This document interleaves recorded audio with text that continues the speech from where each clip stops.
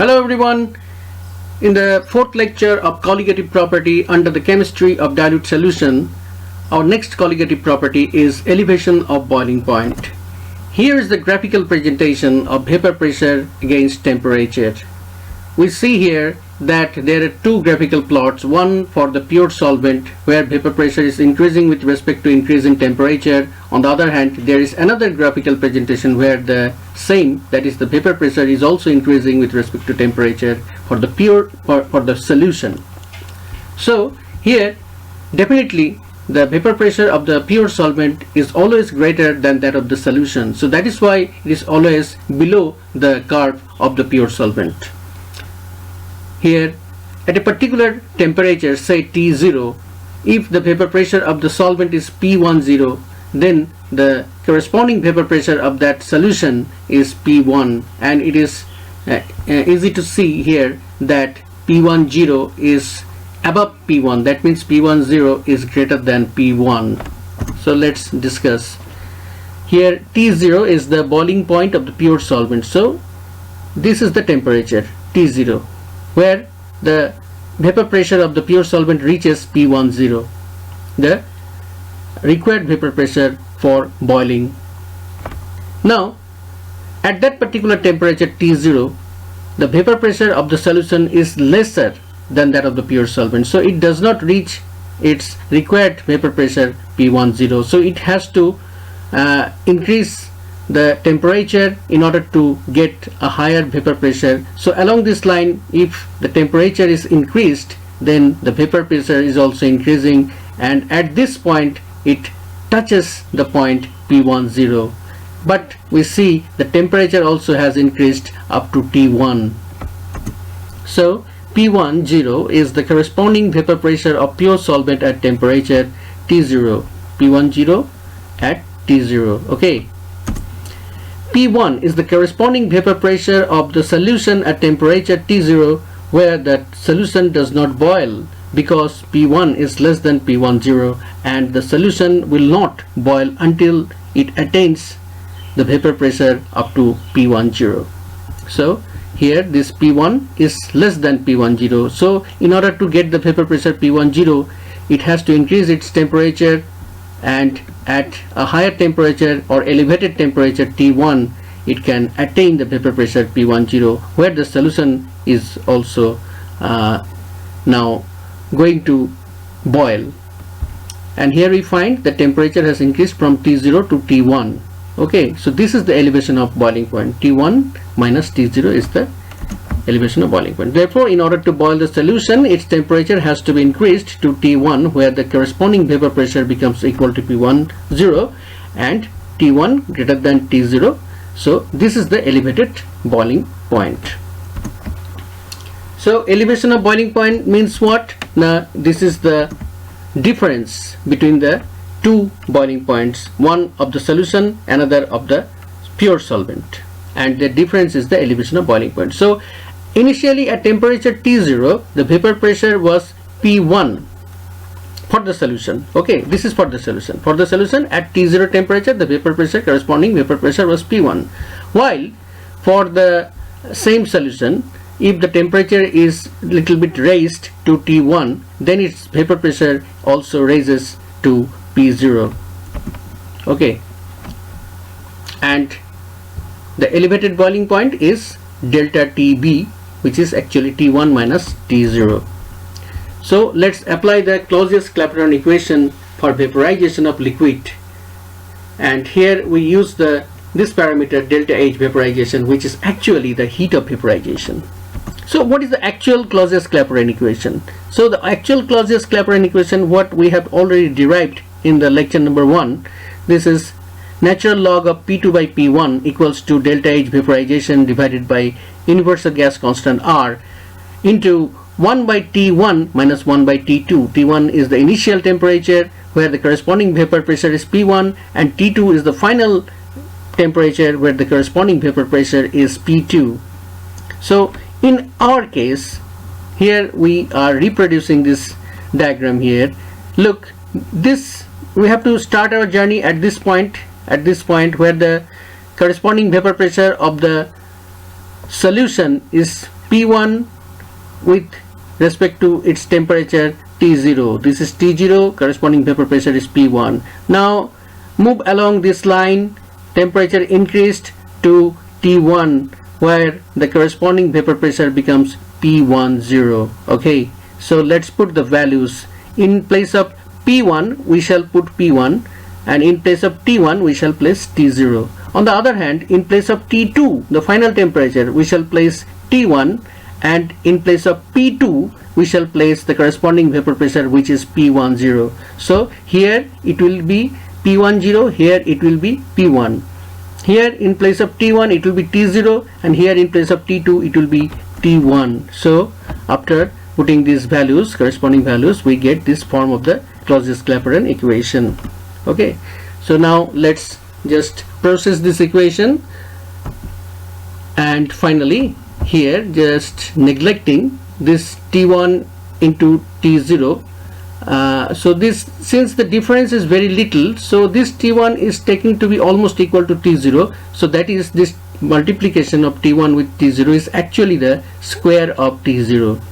Okay, so here we mention this fact that since delta TB is very small, hence T1 T0 is almost equal to T0 square.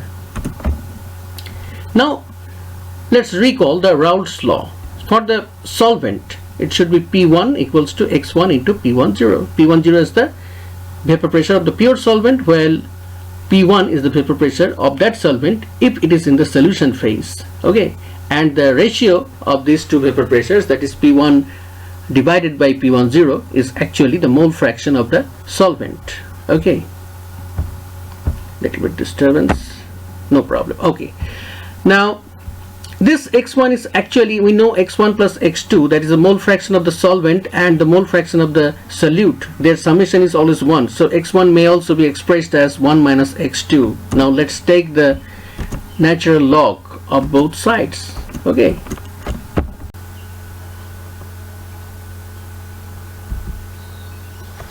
here is the natural log of the left hand side, which is ln P1 by P10, and that of the right hand side is natural log of 1 minus X2.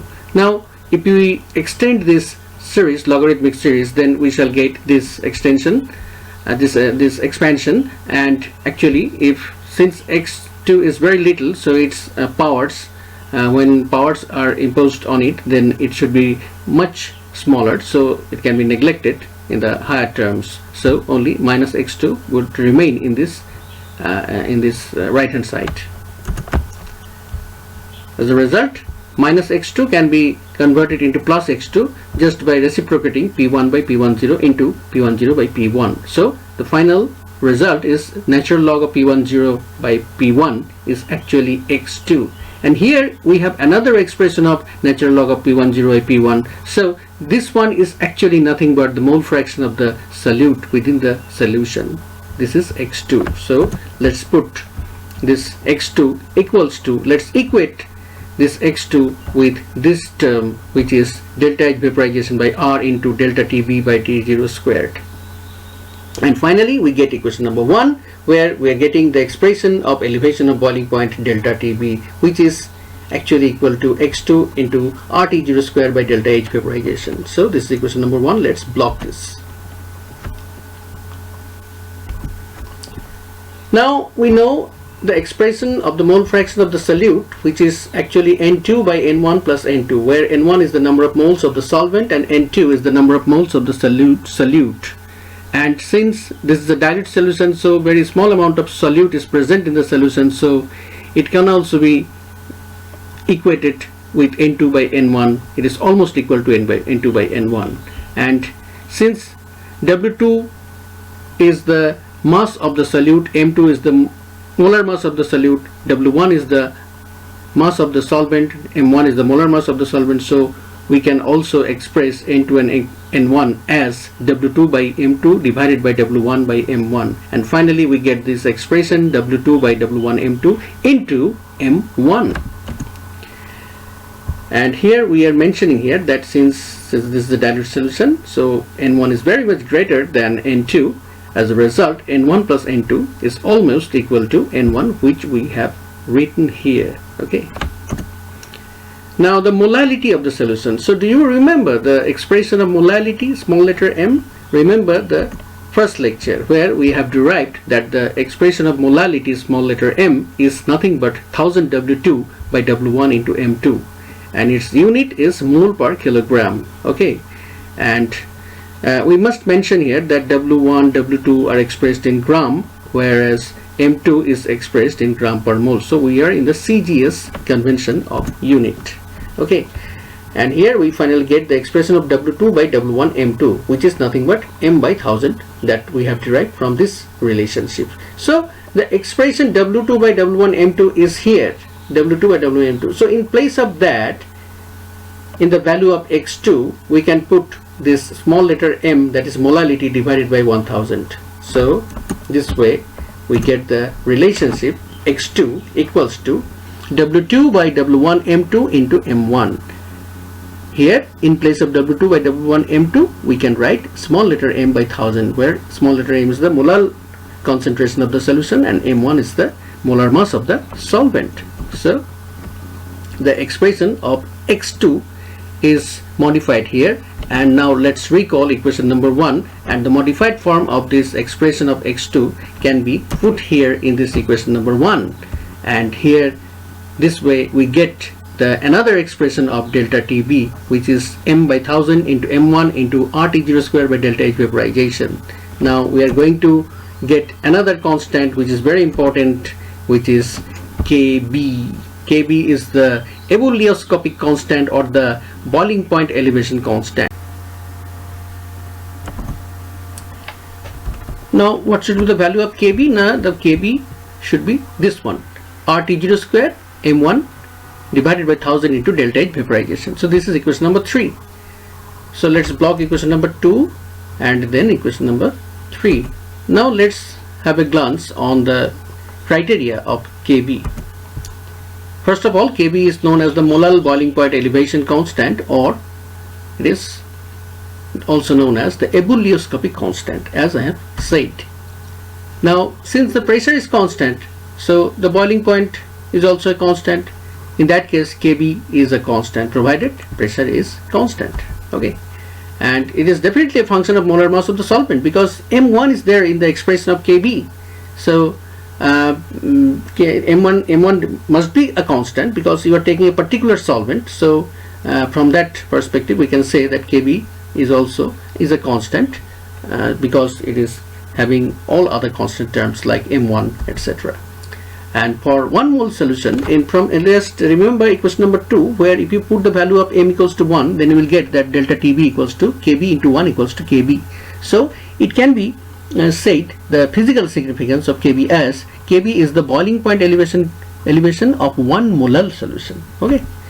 Now the Kb must have some dimension and definitely some unit also. So the expression from equation number 2 is delta TB equals to m into Kb, and the expression of Kb is finally is delta TB divided by m. So this is actually temperature, and this is actually amount of substance divided by mass. That is, the unit of molar concentration is mole per kilogram. So it is amount of substance divided by mass of substance.